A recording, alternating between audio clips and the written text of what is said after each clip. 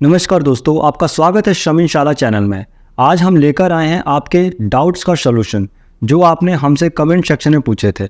आपने हमसे बहुत सारे सवाल पूछे थे जिसमें से हमने कुछ कॉमन सवाल यहाँ पर लिए हैं। एक एक करके हम आपके सारे डाउट्स पर बात करने वाले हैं, तो वीडियो के साथ बने रहिएगा। और जहाँ भी आपको इस वीडियो से रिलेटेड डाउट होता है तो आप लोग हमें कमेंट सेक्शन में जरूर बताइएगा। तो चलिए दोस्तों स्टार्ट करते हैं। सबसे पहले दोस्तों मैं बात करना चाहूँगा, जो मेरा लास्ट डाउट सेशन वाला वीडियो आया था उसके अंदर कुछ क्वेश्चन आए हुए हैं। पहले हम उसके ऊपर बात करेंगे, फिर उसके बाद जो आपके डाउट्स आए हुए हैं हम उसके ऊपर बात करेंगे। तो दोस्तों लास्ट वीडियो जो हमारा आया था डाउट सेशन का, उसके अंदर एक क्वेश्चन पूछा गया है कि ITI प्लस NIOS कहाँ कहाँ वैलिड होता है। मैं आपको बताना चाहूँगा कि जो मेरा लास्ट वीडियो है इसी टॉपिक के ऊपर था, ITI प्लस NIOS के बारे में ही था। बट यहाँ पर जो इन्होंने क्वेश्चन पूछा है, इन्होंने ये पूछा है कि ITI प्लस NIOS कहाँ कहाँ वैलिड होता है। तो आपको मैं बताना चाहूँगा, जो ITI होता है, ITI प्लस आपका जो NIOS होता है दोस्तों, ये 12th के इक्वल होता है। ये मैं ऑलरेडी आपको बता चुका हूँ अपने प्रीवियस वीडियो में। एक बार मैं आपको फिर से क्लियर कर दूँ, जो ITI प्लस NIOS होता है वो 12th के इक्वल होता है, ठीक है। तो इसका मतलब ये है कि जहाँ पर भी 12th की बेसिस पे वैकेंसी आएंगी, जहाँ पर मिनिमम क्वालिफिकेशन 12th रखा जाएगा, आप वहाँ पर अप्लाई कर सकते हैं, ठीक है।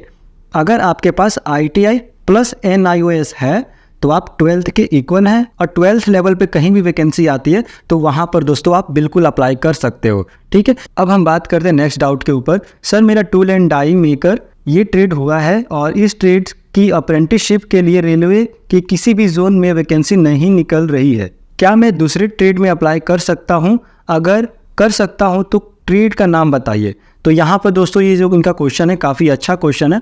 देखिए होता क्या है दोस्तों, अगर आपको रेलवे में अप्रेंटिस के लिए अप्लाई करना है तो आपको उस ट्रेड में ही अप्लाई करना होगा जिसमें आपका क्वालिफिकेशन हो। सबसे पहली बात ये दोस्तों, आपका क्वालिफिकेशन होना जरूरी है उसी ट्रेड के अंदर। अगर आपके ट्रेड में वैकेंसी नहीं है तो आप किसी दूसरे ट्रेड में अप्लाई नहीं कर सकते हो। तो यहाँ पर जो आपने पूछा था कि आप दूसरे ट्रेड में अप्लाई कर सकते हो, तो यहाँ पर मैं आपको बताना चाहूँगा बिल्कुल नहीं, आप किसी दूसरे ट्रेड में अप्लाई नहीं कर सकते हो। आपको इंतजार करना होगा, आपके ट्रेड में जब वैकेंसी आएगी तभी आप अप्लाई कर सकते हो। यहाँ पर आपको बताना चाहूँगा कि रेलवे के अंदर, ठीक है दोस्तों, रेलवे के अंदर 19 जोन आते हैं, ठीक है, 19 जोन आते हैं। और जितने भी जोन है उसके अंदर अप्रेंटिसशिप की वैकेंसी आती है, रेगुलर बेसिस पे वैकेंसी आती है। बट आपको थोड़ा एक्टिव होना होगा, और जैसे ही आपके ट्रेड के अंदर वैकेंसी आती है तो आप अप्लाई कर सकते हैं। बट आप दूसरे के ट्रेड में अप्लाई नहीं कर सकते, क्योंकि आपका जो क्वालिफिकेशन है दूसरा है और जिस ट्रेड में आप अप्लाई करेंगे वो किसी और ट्रेड का होगा। और अगर आपने बाय चांस बाय मिस्टेक अगर आपने अप्लाई भी कर दिया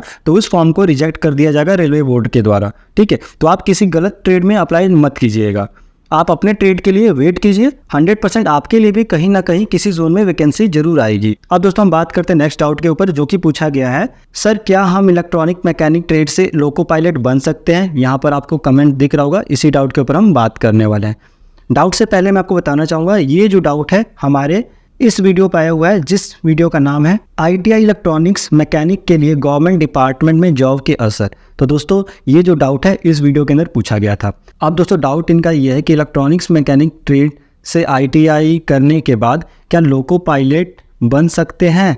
तो इसके लिए भी मैं आपको ऑफिशियल नोटिफिकेशन दिखाने वाला हूँ, और उसी के अकॉर्डिंग ही आपको मैं बताऊँगा क्या ITI इलेक्ट्रॉनिक्स मैकेनिक करने के बाद आप लोको पायलट बन सकते हो या नहीं। यहाँ पर मैं और भी चीज़ें बात करने वाला हूँ, कौन कौन से ऐसे ट्रेड हैं जिनको करने के बाद आप लोको पायलट बन सकते हैं। तो चलिए दोस्तों चलते हैं रेलवे के ऑफिशियल नोटिफिकेशन के ऊपर, जहाँ से आपका जो डाउट है वो क्लियर हो जाएगा। तो दोस्तों ये है प्रीवियस ईयर नोटिफिकेशन, 2018 में नोटिफिकेशन आया था ALP के लिए, ठीक है, लोको पायलट के लिए आया था, जिसे हम ट्रेन ड्राइवर भी बोलते हैं, ठीक है। इसके अंदर आपको दिख जाएगा कौन कौन से ऐसे ट्रेड है जिसे करने के बाद आप लोको पायलट बन सकते हैं। तो जैसे हम नोटिफिकेशन के नीचे जाएंगे आपको एलिजिबिलिटी क्राइटेरिया दिख जाएगा, और इस नोटिफिकेशन को मैं नीचे डिस्क्रिप्शन में दे दूंगा, आप लोग वहाँ से डाउनलोड भी कर सकते हैं, ठीक है। तो बात करते हैं इलेक्ट्रॉनिक्स मैकेनिक की, क्योंकि क्वेश्चन है उन्होंने पूछा यही था हमसे कि इलेक्ट्रॉनिक्स मैकेनिक ट्रेड से ITI करने के बाद क्या लोको पायलट बन सकते हैं? तो बिल्कुल आप बन सकते हो, येस 100% आप बन सकते हो, ठीक है। अगर आपने ITI किया हुआ इलेक्ट्रॉनिक्स मैकेनिक से तो आप 100% ELP के लिए अप्लाई कर सकते हो, ठीक है। जैसे ही रेलवे के अंदर कोई भी वैकेंसी आती है ELP की यानी लोको पायलट की, तो आप बिल्कुल अप्लाई कर सकते हो, ठीक है। तो यहाँ पर देखिए दिया गया इलेक्ट्रॉनिक्स मैकेनिक और इलेक्ट्रॉनिक्स मैकेनिक एलिजिबल है, ठीक है। बाकी ट्रेड्स भी दिए गए हैं, आप लोग चेक कर सकते हैं। इलेक्ट्रीशियन दिया गया है, अगर आपने इलेक्ट्रीशियन से ITI किया है तभी भी आप अप्लाई कर सकते हैं, वायरमैन से किया तब भी अप्लाई कर सकते हैं आप, ठीक है। RSC ट्रेड है आपके पास तब भी आप लोको पायलट बन सकते हो।